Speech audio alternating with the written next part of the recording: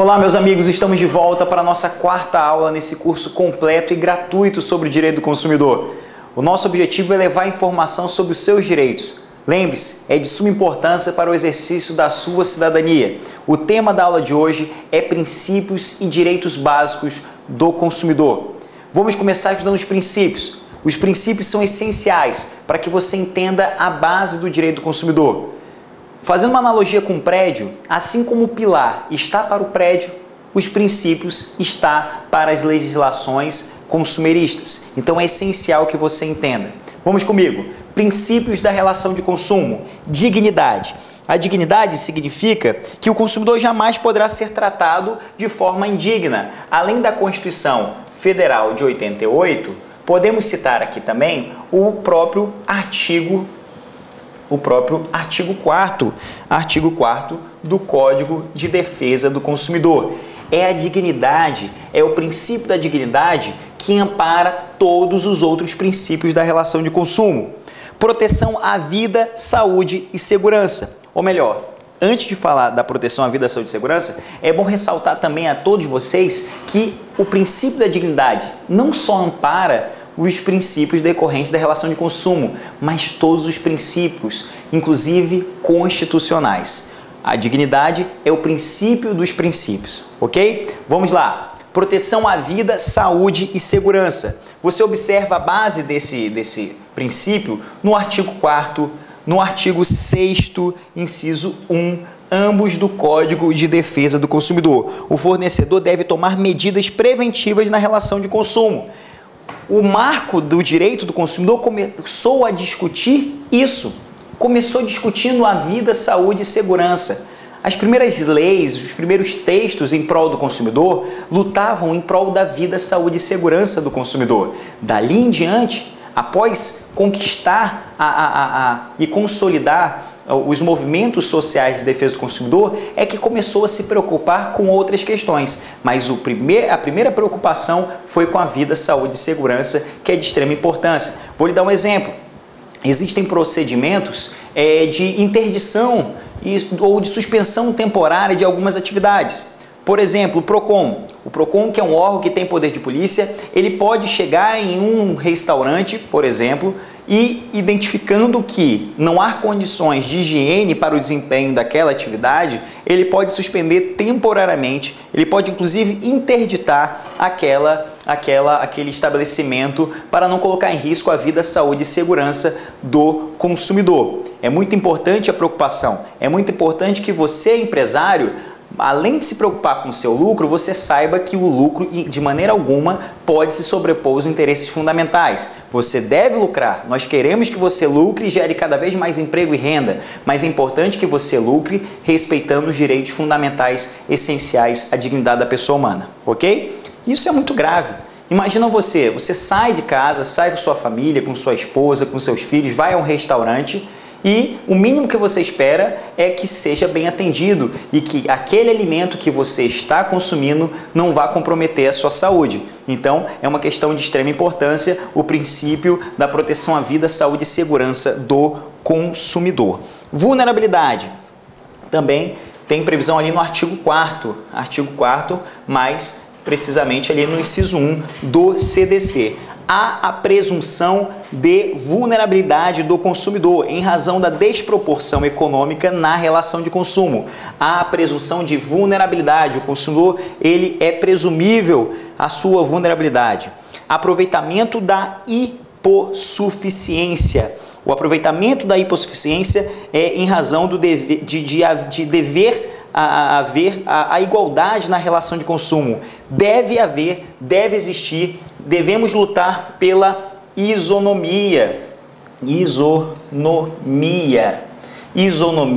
nas relações de consumo. E em falar de isonomia, que nós reforçamos um ponto de extrema importância que muitos de vocês já sabem. O que vem a ser isonomia? Isonomia significa tratar os iguais de forma igual e os desiguais de forma desigual nos limites em razão de sua desigualdade. O Código de Defesa do Consumidor, o CDC, a Lei 8.078 de 11 de setembro de 1990, ela não quer dar mais direitos ao consumidor. Ela não quer colocar o consumidor num pedestal e o fornecedor abaixo. Não, não é isso. O CDC, ele quer dar mais direitos, garantir mais direitos ao consumidor para que ele, em razão de sua vulnerabilidade e hipossuficiência, possa ter condições de igualdade com esse empresário, com esse fornecedor. O intuito, o objetivo do Código de Defesa do Consumidor não é garantir mais direitos ao consumidor, mas sim garantir direitos para que ele possa ter igualdade nessas relações, ok? Dever governamental. É dever do Estado legislar sobre o direito do consumidor, elaborar leis, elaborar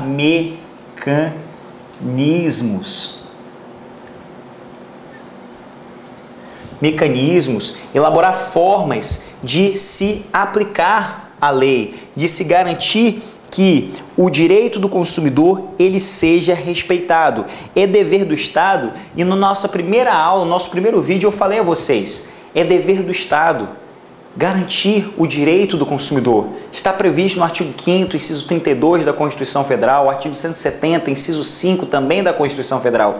Esse dever do Estado ele vai muito além de meramente elaborar dispositivos legais, mas também de criar mecanismos, como por exemplo o Ministério Público, o PROCON, a Defensoria Pública, meios para que esse direito seja garantido. Outro princípio de suma importância para as relações de consumo é a transparência. Não pode faltar informação e não pode informar de forma errada. Fundamentos para a transparência é o próprio artigo 4º, artigo 6º, artigo 6º, inciso 3, certo? Artigo 30, artigo 46, todos do Código de Defesa do Consumidor. Boa-fé que também está previsto ali no artigo 4º, inciso 3 do Código de Defesa do Consumidor. Também há a presunção de boa-fé, né? No caso, boa-fé objetiva na relação de consumo. A má-fé deve ser comprovada, inclusive, pelo meio judicial. Princípios da transparência, princípios da boa-fé são princípios inerentes à relação de consumo. Deve haver informação de forma clara e precisa, acerca de determinado produto, acerca de determinado serviço. O fornecedor deve orientar o consumidor. Lembre-se, o consumidor é vulnerável materialmente, tecnicamente, ele precisa dessas orientações para que ele não tenha prejuízo quando for usufruir desse produto ou serviço e quando for realizar esta contratação. Interesse econômico. O ônus do risco do negócio é exclusivamente do fornecedor. Então, o ônus da atividade, é de quem, gente? O ônus da atividade é do fornecedor. E ele assume esse ônus, ele assume essa responsabilidade, pois ele tem um interesse econômico. Se ele detém um interesse econômico, o ônus dessas atividades é do fornecedor, ok? Acesso à justiça. Acesso à justiça, um princípio de extrema importância, um princípio que muito se fala, mas eu percebo que poucos entendem o que de fato é o acesso à justiça. Meus amigos, olhando no olho de vocês, acesso à justiça vai muito além, mas muito além de criar varas, vai muito além de criar mecanismos. Acesso à justiça vai muito além de criar leis. Acesso à justiça nada mais é do que efetivar direitos. Eu vou lhe dar um exemplo. O PROCON Maranhão, ele criou um aplicativo. E quando ele criou esse aplicativo, vou pegar aqui meu celular, mostrar esse aplicativo aqui para vocês, de todo o Brasil. Quando nós criamos esse aplicativo, nós permitimos que o consumidor ele pudesse denunciar a qualquer hora do dia ou da noite, da sua casa, do seu escritório, de qualquer lugar, qualquer hora do dia ou da noite, formular uma denúncia. Como se ele estivesse indo no PROCON, como se ele tivesse o PROCON na palma de sua mão. Ele pode formalizar uma denúncia através de fotos, escaneando os documentos, podendo fotografar alguma situação que venha atingir o seu direito quanto consumidor. Quando nós criamos esse aplicativo, conversando com o governador Flávio Dino, que é um jurista em excelência, foi juiz federal, ele me falou o seguinte: Duarte, você vai dar conta dessa demanda porque vai aumentar demais. Aí eu, com certeza, nós criamos esse mecanismo e nós vamos dar conta dessa demanda que vai ser criada. Ele, muito bem, porque acesso à justiça vai muito além de abrir um canal. Você tem que abrir esse canal e permitir que esse sujeito saia com seu direito garantido. E o que acontece hoje, o que acontece nos dias de hoje com o judiciário brasileiro é que se abre o canal, se chama o cidadão, não só o consumidor, mas se chama o cidadão para vir ao judiciário e essas pessoas ficam presas no judiciário, ficam presas com seus processos sem qualquer solução. Acesso à justiça vai muito além do que abrir as portas para que você venha lutar pelo seu direito. Acesso à justiça é garantir que o seu direito seja efetivado, ok? Atenção para o princípio do acesso à justiça. Garantia da adequação. Meus amigos, é de suma importância que esse princípio, a garantia da adequação, seja respeitado aí nas relações de consumo, pois caso o consumidor não tenha essa garantia efetivada, caso a garantia da adequação não seja respeitada, caso haja o comprometimento, o consumidor pode sofrer consequências graves, consequências irreparáveis. Ficou claro a questão dos princípios? Deixa eu beber minha água aqui, descansar o meu pulmão, porque falamos de princípios e agora vamos falar de direitos básicos do consumidor. Direitos básicos do consumidor, muita atenção, artigo 6º. Artigo 6º do CDC, artigo 6º dessa lei maravilhosa, dessa lei linda, uma das melhores leis brasileiras, Lei 8.078 de 90, uma lei brasileira, claro, que é referência nacional e internacional. Nacional é óbvio, né, gente? Claro que é. É uma referência internacional o CDC. A Lei 8.078 de 90, quando eu falo, até me emociono, porque é muito importante esse diploma legal. Essa lei brasileira que é referenciada em outros países, por todo o mundo, é algo nosso, que é referência positiva fora daqui. Então é importante que a gente entenda, que a gente estude. Observem o artigo 6º. O artigo 6º da Lei 8.078 de 90, você tem que abrir aí na sua casa o código. Abra o código, abra no celular, abra em qualquer lugar, mas abra o artigo 6º e observe que há vários incisos. Em cada um desses incisos há um direito seu enquanto consumidor. Esse rol é um rol meramente exemplificativo. É um rol exemplificativo, não é um rol taxativo. Todos os rols previstos no CDC são rols exemplificativos, ok? Então são meros exemplos, não se extinguem aí os direitos do consumidor. Vamos começar a trabalhar? Artigo 6º diz o seguinte: são direitos básicos do consumidor. Inciso 1, a proteção da vida, saúde e segurança contra os riscos provados, ou melhor, provocados por práticas no fornecimento de produtos e serviços considerados perigosos ou nocivos. Meus amigos, além do artigo 6º, inciso 1, é importante também a leitura do artigo 8º e artigo 10º do CDC. Os produtos eles não podem acarretar riscos. Se o produto for potencialmente lesivo à segurança do consumidor, dá-se pela informação prévia. Deve haver informação ao consumidor de eventuais riscos daquele produto. Por exemplo, vou comprar um presente para o meu sobrinho, para a minha sobrinha. O que eu devo fazer? Eu devo comprar um presente que venha a atender às peculiaridades daquela criança. Não tem as contraindicações? Esse produto não é recomendado para crianças menores de 3 anos, pois contém peças pequenas. E isso é importante. E o que garante isso, além do inciso 1 do artigo 6º, é também o artigo 31 do CDC. Então, deve haver informação sobre determinadas peculiaridades dos produtos que podem vir a gerar danos aos consumidores. Se o risco somente é identificado ou for identificado após posto em mercado ou no mercado de consumo, o fornecedor deve comprovar sua existência aos consumidores e à autoridade pública por meio de notificação.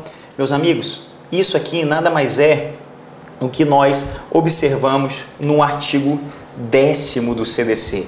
O que nós vamos ver no artigo 10º do CDC é o chamado recall, ou recall, não importa como você fala, tá certo? Recall, não importa, né? O recall, gente, o que significa esse recall? Digamos que o fornecedor colocou um produto no mercado de consumo. Por exemplo, eu fabriquei um carro e vendi esse carro. De acordo, inclusive, com o artigo 931 do Código Civil Brasileiro, eu respondo pelos danos gerados pelos produtos que eu coloquei no mercado, eu respondo por eles objetivamente. Então, se eu coloco esse produto no mercado e por alguma reanálise eu percebo que há um problema mecânico, geralmente acontece muito em carro, eu devo comunicar, eu devo informar previamente, eu devo informar imediatamente a esse consumidor, através de veículos de comunicação, jornais de grande circulação, eu devo entrar em contato com cada um desses consumidores para garantir a sua vida, saúde e segurança. Eu devo comunicar imediatamente, eu devo fazer o recall. Eu devo fazer o recall para proteger esse consumidor. Observações sobre recall, gente. O recall, ele não está previsto taxativamente no artigo 10º do CDC. Agora uma pergunta, será que o recall exclui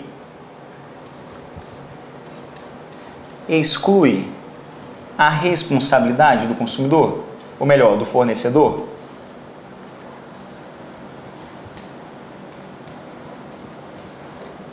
Será que a exclusão exclui a responsabilidade?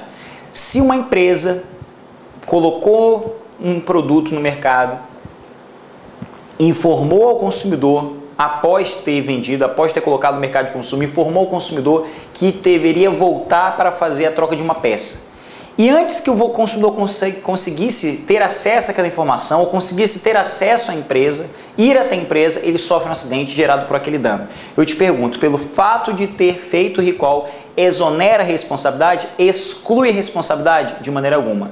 O recall não exclui, não exonera a responsabilidade do fornecedor, ok? Não há que se falar de exclusão da responsabilidade do fornecedor. Um outro ponto, muita gente pergunta isso, devo pagar pelo recall?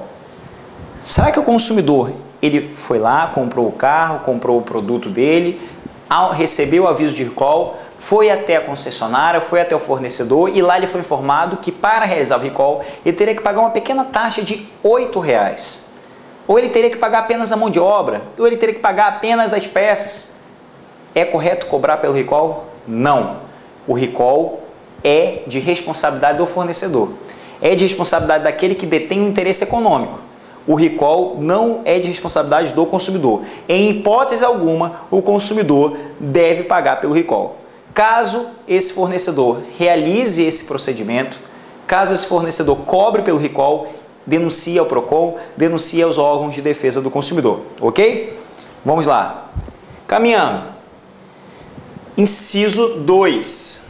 A educação e divulgação sobre o consumo adequado dos produtos e serviços assegurados, a liberdade de escolha e a igualdade nas contratações. Asseguradas a liberdade de escolha e a igualdade nas contratações. Meus amigos, o fornecedor deve orientar o consumidor.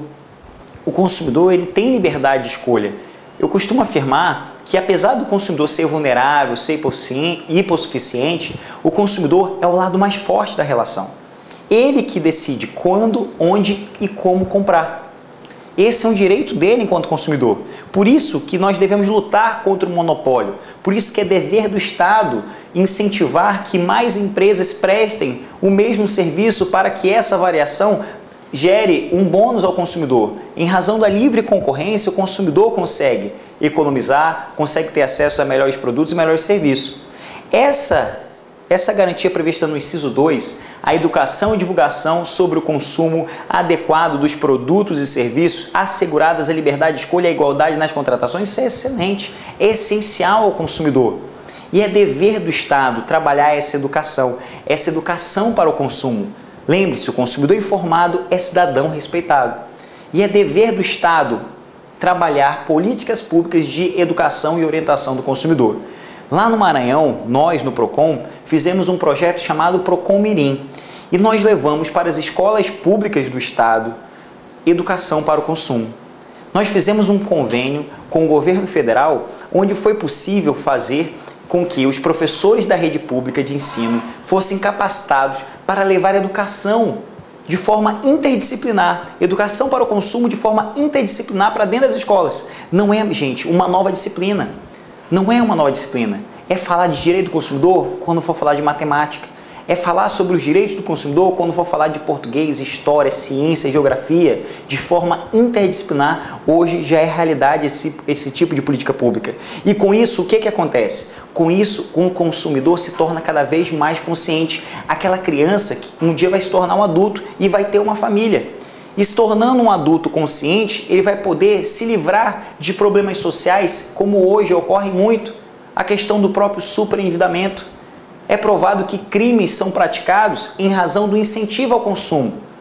Muitas pessoas, muitos jovens entram para o mundo do crime atentados pelo incentivo ao consumo gerado pelo mundo globalizado, o mundo capitalista em que nós vivemos. Por isso que esse trabalho de educação para o consumo, ele é interessante, pois nós, desde o nosso nascimento, somos incentivados a consumir e nunca fomos educados para o consumo.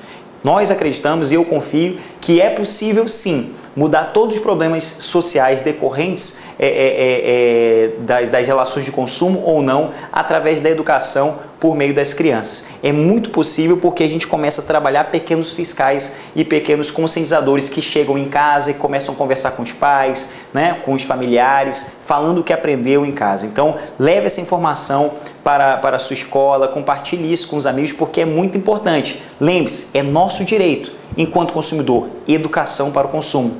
Fale com seus amigos, pesquise um pouco mais, compartilhe, porque através dessa informação você vai evitar inúmeros problemas.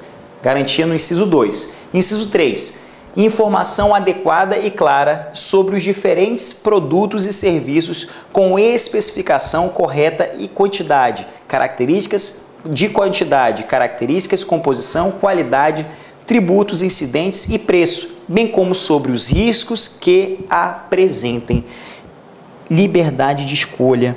O consumidor tem o direito de optar, ou seja, solicitar o produto ou serviço. Se ele recebe sem prévia solicitação, considera-se amostra grátis, retirando o requisito da onerosidade da relação.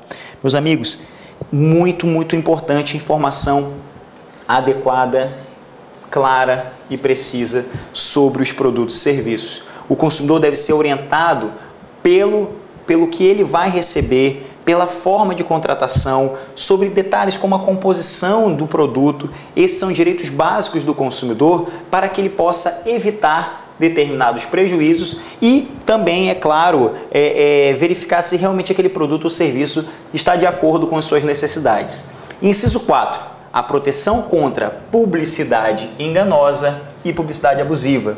Métodos comerciais coercitivos ou desleais, bem como contra práticas e cláusulas abusivas ou impostas no fornecimento de produtos e serviços. Nós vamos falar daqui a pouco, em próximas aulas, sobre a publicidade enganosa e abusiva. Mas adianto a vocês que essas orientações, essas informações, elas são essenciais. O consumidor não pode ser uma vítima do mercado. E em razão do incentivo ao capitalismo, em razão do mundo globalizado em que nós vivemos, nós já citamos isso, nós não podemos permitir que o interesse econômico se sobreponha aos interesses individuais. Então, nós caracteriza uma prática comercial abusiva e é um direito básico do consumidor a proteção contra essas práticas. Por isso que existem órgãos, não só como os que eu já citei, como o Procon, o Ministério Público, mas também o CONAR, que regulamenta essa atividade publicitária. A modificação das cláusulas contratuais que estabeleçam prestações desproporcionais ou a sua revisão em razão de fatos supervenientes que as tornem excessivamente onerosas. Meus amigos, esse inciso 5, ele é muito importante.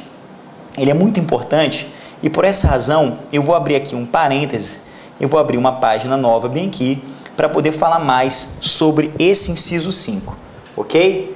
A modificação de cláusulas contratuais que estabeleçam prestações desproporcionais. Essas prestações desproporcionais, elas nada mais são do que a lesão. O que vem a ser a lesão, gente? A lesão é uma causa concomitante. Causa concomitante.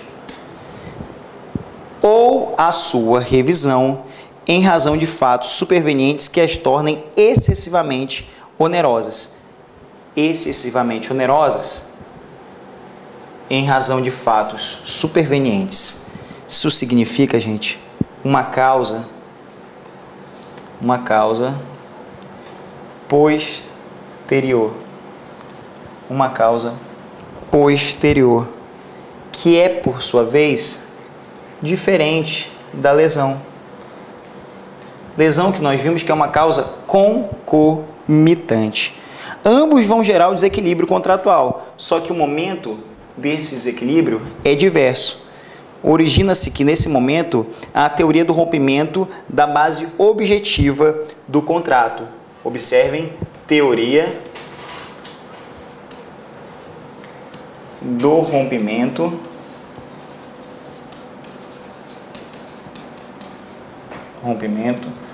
da base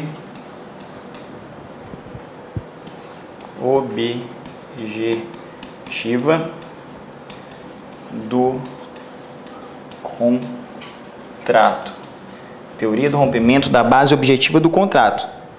Aproveito a oportunidade para demonstrar a vocês que o CDC, o Código de Defesa do Consumidor, ele não adota a teoria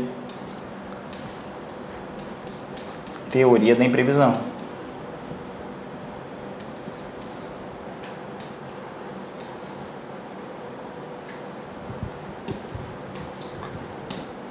A teoria da imprevisão. A teoria da imprevisão ela não foi adotada pelo Código de Defesa do Consumidor. A teoria da previsão ela está prevista lá no Código Civil de 2002, mais precisamente ali pelos artigos 478, certo? A teoria da imprevisão ela não foi adotada pelo CDC. Agora atenção, gente, vocês não podem sair com essa informação vazia. A teoria da imprevisão não foi adotada pelo CDC, ponto. Como assim não foi adotada pelo CDC? Vamos lá. O Código de Defesa do Consumidor, a Lei 8.078 de 90, em seu texto não fala de teoria da imprevisão. Então, se você for fazer uma prova de concurso público, uma prova da OAB, e lá for questionado o seguinte: o Código de Defesa do Consumidor adotou a teoria da imprevisão? Não, não adotou.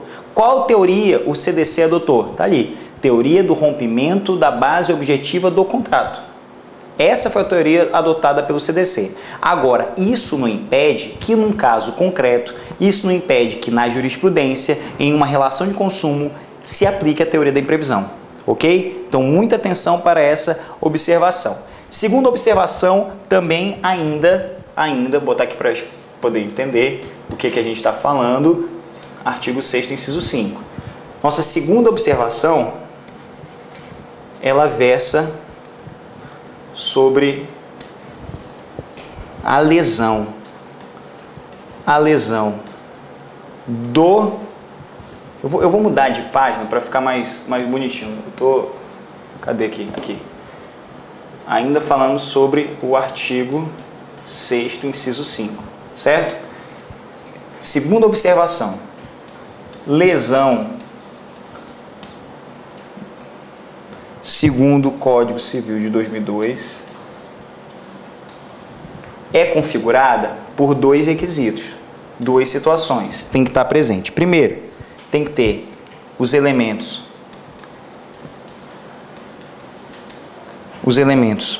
subjetivos,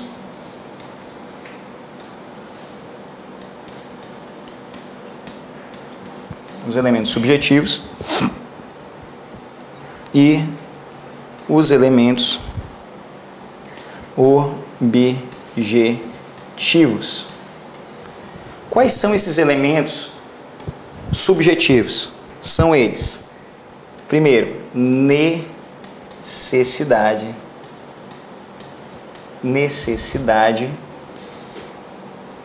ou inexperiência.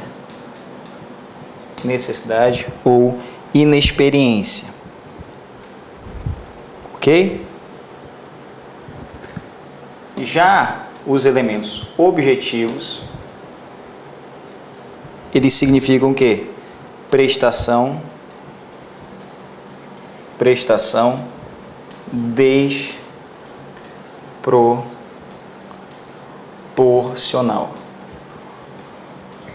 desproporcional. Essa é a lesão no Código Civil de 2002. Existe a lesão do CDC. Lesão do CDC, que é diferente. A lesão do CDC é diferente da lesão do Código Civil de 2002. Para o CDC, configura a lesão em apenas havendo elemento que? Objetivo. Objetivo. E qual seria esse elemento objetivo? Aí você já sabe. É a prestação desproporcional. A prestação desproporcional. Ok? Então, esse é um ponto muito interessante, muito importante. Há uma diferença entre a lesão do Código Civil de 2002 e a lesão do Código de Defesa do Consumidor. Observe no quadro. Lesão do Código Civil de 2002, elementos subjetivos e objetivos. Para que configure a lesão no Código Civil de 2002, tem que ter necessidade ou inexperiência e ainda uma prestação proporcional. Deve haver, meus amigos, acumulação desse mais este. Na lesão do CDC, basta que exista, que configure uma prestação desproporcional, independentemente de necessidade ou inexperiência, ok? Recomendo a vocês a leitura desse artigo 157 do Código Civil, certo? E artigo 6º, inciso 5, que é o que nós acabamos de trabalhar, do Código de Defesa do Consumidor, ok? Vamos concluir esse bloco e daqui a pouquinho nós voltamos com mais uma aula sobre direitos básicos do consumidor. Um forte abraço e até daqui a pouco.